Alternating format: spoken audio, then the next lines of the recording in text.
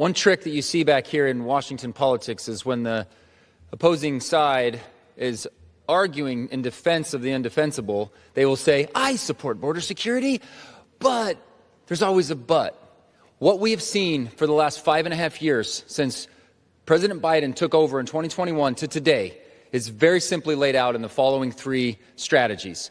Leave the border wide open, then create a bunch of sanctuary cities, and then refuse to fund immigration and border patrol.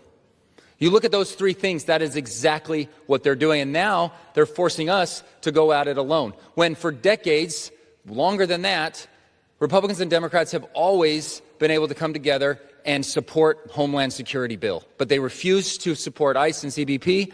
Senate Concurrent Resolution 33 is a critical step in delivering on the key policy mandate that voters gave Congress to secure the southern border and end the national crisis that is mass migration.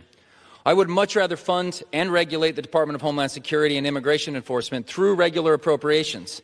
My colleagues on the other side of the aisle have made that impossible.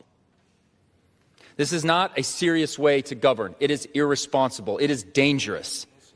Congress should not play with the livelihoods of service members at the Coast Guard, Transportation Security Agency, or the Secret Service to secure a political win.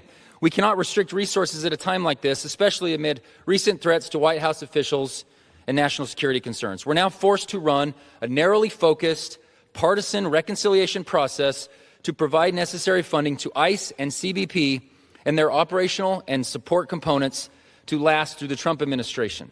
The Trump administration has made great strides in securing the border and removing those who have entered our country illegally, which will alleviate strains on local law enforcement and hospital systems, help lower insurance premiums, and put downward pressure on housing prices in the long run. Supporting this resolution will ensure we can build on this success and continue to provide a safe environment for American families to thrive.